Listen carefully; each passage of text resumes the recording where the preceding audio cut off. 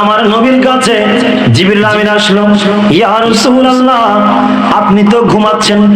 আল্লাহ বলেন, ও জিবরাইল নবীকে ডাকিও না, তবে তুমি একটা কাজ করতে পারো না, আমার নবীর কদমের মধ্যে চুমা লাগিয়ে দাও।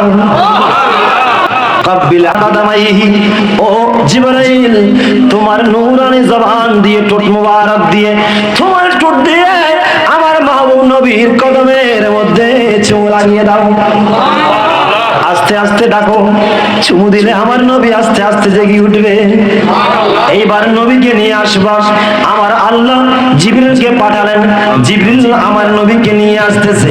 ইয়া রাসূলুল্লাহ আজকে জান্নাত জাহান্নাম, আল্লাহর সাত আসমান, সমস্ত কিছু জান্নাতের হুর গেলমান পর্যন্ত, আল্লাহর আরশ মোয়াল্লা পর্যন্ত আজকে ধন্য হয়ে যাবে।